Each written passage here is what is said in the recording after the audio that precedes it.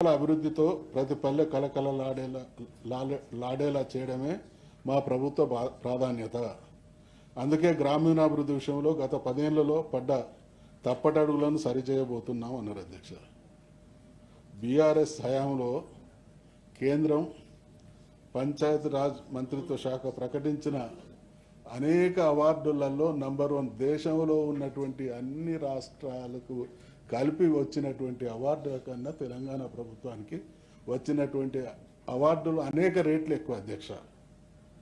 పారిశుద్ధ్యం, ఈ పంచాయతీ, ఉత్తమ పంచాయతీ, ఓడిఎఫ్, ఇంటింటికి నీరు, ఫ్లోరైడ్ రహిత గ్రామాలు, ఇటువంటి విభాగాలలో అనేక అవార్డులు తెలంగాణ పల్లెలకు వచ్చినాయి అధ్యక్ష. కానీ ఇక్కడ ఏం చెప్తున్నారు అధ్యక్ష? అందుకే గ్రామాల అభివృద్ధితో ప్రతి పల్లె గత 10 ఏళ్లలో పడ్డ తప్పటడుగులను సరిచేయబోతున్నాం అంటారు అధ్యక్ష. ఇది వాస్తవాల వక్రీకరణ కిందకి వస్తుంది అధ్యక్ష. బాధ్యతాయుతమైనటువంటి ప్రభుత్వం ఇటువంటి పాసింగ్ రిమార్క్స్ ద్వారా ఎదుటి వాళ్ళను చిన్న చేసేటువంటి ప్రయత్నం చేస్తే అది వాళ్ళకే ఒక రకంగా ఇబ్బంది కలిగేటువంటి పరిస్థితి వస్తుందనేటువంటి విషయాన్ని సభ దృష్టికి తీసుకొస్తున్నాను అధ్యక్ష. ఈ యొక్క అంశాన్ని దయచేసి నేను గౌరవ సభ్యులందరూ వినాల్సిందిగా మనవి చేస్తా ఉన్నా.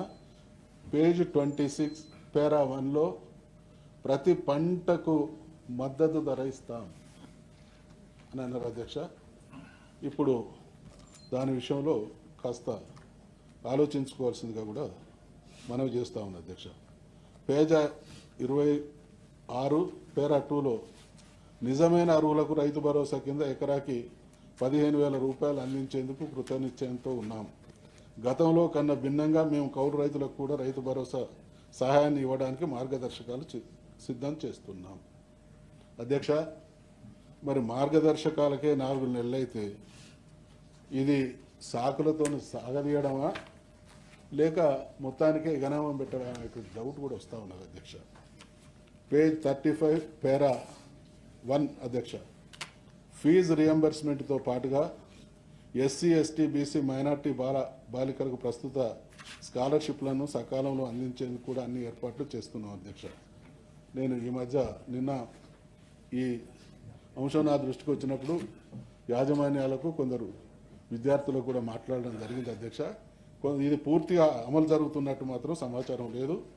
దాన్ని కూడా రెక్టిఫై చేయాల్సిందిగా మీ ద్వారా గౌరవ ప్రభుత్వ ప్రతినిధులకు మనవి చేస్తా ఉన్నాను అధ్యక్ష.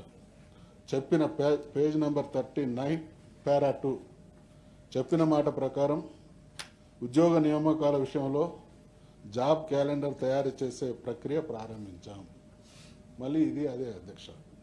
జాబ్ క్యాలెండర్ తయారీకే మరి ఇన్ని నెలలైతే ఉద్యోగాలు ఇవ్వడానికి ఎన్ని సంవత్సరాలు అవుతాయి? మరి దీనికి భిన్నంగా ఎన్నికల సమయంలో అత్యంత ప్రాధాన్యత అంశంగా ఈ అంశాన్ని కాంగ్రెస్ పార్టీ ఏ రకంగా వాడుకున్నది? ఇప్పుడు జాబ్ క్యాలెండర్ కోసమే ఇన్ని రోజులైతే, ఇన్ని నెలలైతే మరి ఉద్యోగాల విషయంలో వాళ్ళ చిత్తశుద్ధిని శంకించాల్సినటువంటి పరిస్థితి వస్తూ ఉన్నదనేటువంటి విషయాన్ని మనవి చేస్తూ ఉన్నాను అధ్యక్ష. అదే రకంగా పేజీ 54 పేరా 2 మొదటి నుంచి మా ప్రభుత్వానికి నిధులు ఎలా సమకూర్చుకోవాలనే విషయం మీద స్పష్టమైన అవగాహన ఉంది. మొదటి నుంచే మా ప్రభుత్వానికి నిధులు ఎలా సమకూర్చుకోవాలనే విషయం మీద స్పష్టమైన అవగాహన ఉంది. ఇది స్టేట్మెంట్ అధ్యక్ష. ఇది మాటల్లో మాత్రమే కనబడతా ఉన్నది, చేతలలో కనబడతలేదు. ఒకవేళ నిజంగా అంత స్పష్టత ఉంటే ఈ పథకాల అమలుకు ఇంత ఆలస్యం ఎందుకు అధ్యక్ష? అంటే మాటలకు చేతలకు పొంతన లేదనేటువంటి విషయాన్ని తమరి ద్వారా నేను సభ దృష్టికి తీసుకొస్తున్నాను అధ్యక్ష. ఇక ఈ ప్రభుత్వం అనేక హామీలు ఇచ్చింది. ఆ హామీల్లో 6 గ్యారంటీలుగా